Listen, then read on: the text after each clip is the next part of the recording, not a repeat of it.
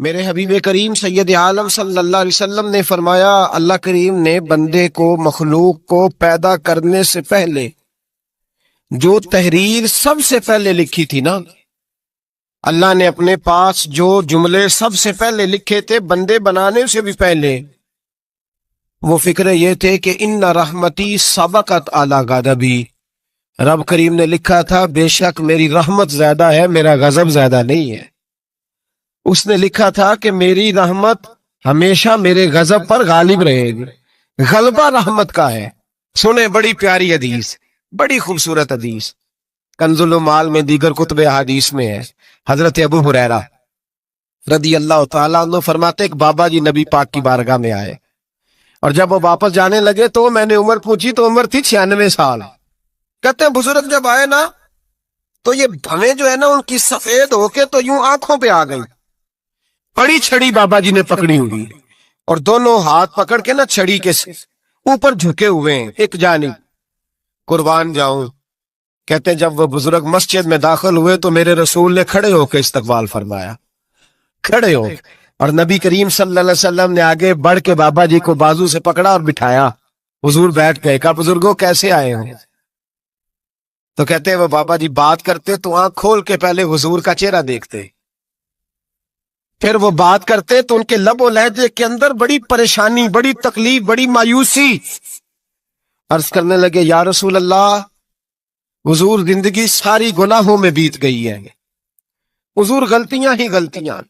یاد ماضی عذاب ہے، یا رب چھین لے مجھ سے حافظہ میرا۔ اے اللہ کے رسول بڑی لمبی فہرست ہے، پاپ ہی پاپ ہے، کالے سیاہ دفتر ہے۔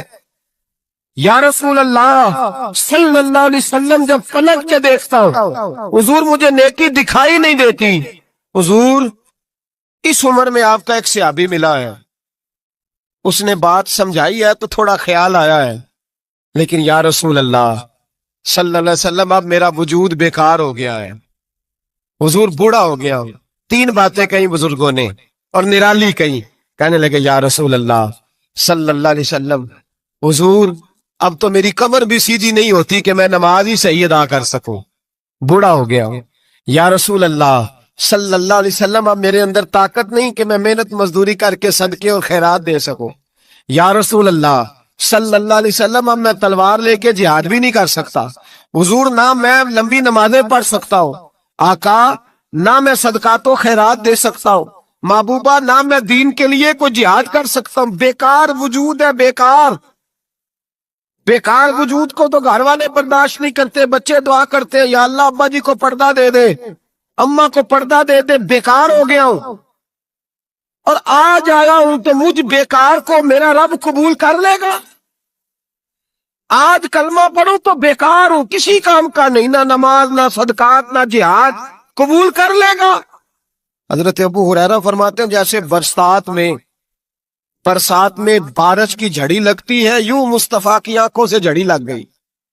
حضور کھل کے روئے، کھل کے۔ اور میرے حبیب پاک نے فرمایا بزرگوں بڑے مجاہد ہیں، دین کے لیے جہاد کرنے والے بڑے ہیں، رب کریم کو آپ کی تلوار کی اتنی حاجت نہیں، اور فرمایا اس کے خزانے کوئی خالی تو نہیں کہ آپ ہی گویا صدقہ دیں گے تو بھرے جائیں گے، اور فرمایا پھر رب کریم کی شان میں اضافہ نہیں کرتی عبادتیں، وہ تو بندے کو نفع دیتی ہیں۔ میں بزرگوں نہ آپ جہاد کریں نہ آپ صدقات دیں، لا لمبی نمازیں پڑھیں، آپ صدق دل سے آ جائیں، اللہ کے رسول کا وعدہ ہے رب آپ کو بغیر حساب کتاب جنت عطا فرما دے گا۔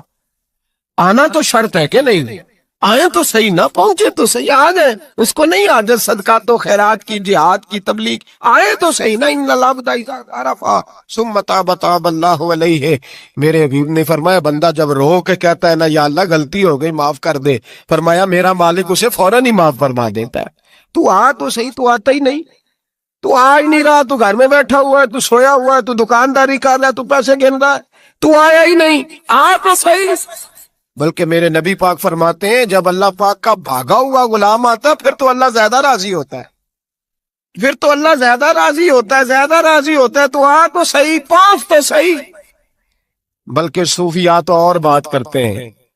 وہ کہتے ہیں تو کبھی بھول کے بھی رب رب کرے تو اللہ تو اسے بھی قبول کر لیتا ہے، بھول کے۔ ملا رومی کہتے ہیں بنی اسرائیل کا بندہ ہے،